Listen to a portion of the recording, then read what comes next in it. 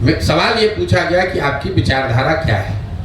मैंने ये बताया कि अगर हम गांधी को लेकर चले हैं, गांधी के सोच से प्रेरित होकर ये पूरा अभियान चला रहे हैं, तो विचारधारा के आधार पर हमारी विचारधारा वही होगी जो गांधी ने बताया होगा।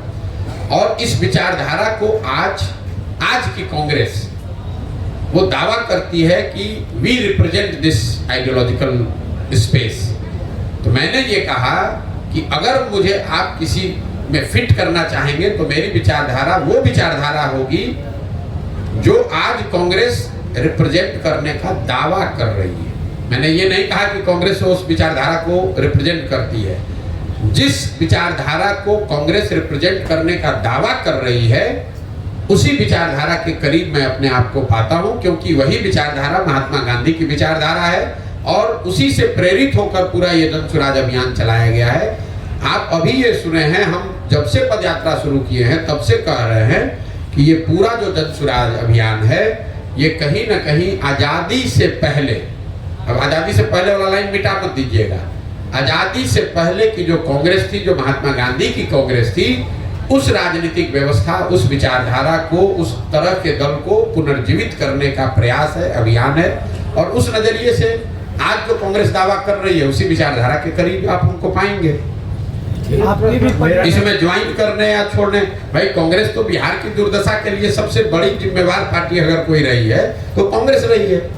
लालू जी तो बिहार में एक ही बार अपने दम पर जीत कर आए, बाकी टाइम तो कांग्रेस के ही बैसाखी से वो उन्होंने सरकार चलाई। और कांग्रेस ने 25-30 सांसदों के लालच में कि दिल्ली में बिहार से 25-30 सांसद जीत के जाता रहे, इसलिए उन्होंने बिहार को लालू जी के हवाले करके छोड़ दिया। ऐसा तो है नहीं कि कांग्रेस को पता नहीं था उस समय कि बिहार में क्या हो रहा है, या बिहार पिछड़ रहा है, या बिहार की जनता गरीब है, पलायन कर रही है, मजदूरी नहीं मिल, इनको रोजगार नहीं मिल रहा है। इन सब के बावजूद कांग्रेस ने यहाँ लालू जी का शासन चलवाया क्योंकि उनको 20-30-40 सांसदों का लालच था। यही काम आज भाजपा कर रही है। आपको क्या लगता है कि पूरे देश में दूसरे दलों को तोड़कर खरीद कर सरकार बनाने वाली भाजपा बिहार में सबसे बड़ा दल होने के बाद भी सरकार नहीं बनाती है? क्यों? क्योंकि उसको यहाँ से 35-40 सांसद चाहिए और उसको भी मालूम है कि नीतीश कुमार कुछ कर नहीं रहे। उसके लोगों ने, उनके नेताओं ने क्या बयान दिया है, अमित शाह ने क्या कहा, माननीय मोदी जी ने क्या कहा नीतीश कुमार के बारे में, किसी से छुपा हुआ नहीं। अभी 2 महीना पहले तो लोग चिल्ला के कह रहे थे कि बिहार को बर्बाद कर दिया। फिर नीतीश कुमार को क्यों बनाया? इसलिए बनाया है कि बिहार में समीकरण बनाकर 30-35 सांसद जीते।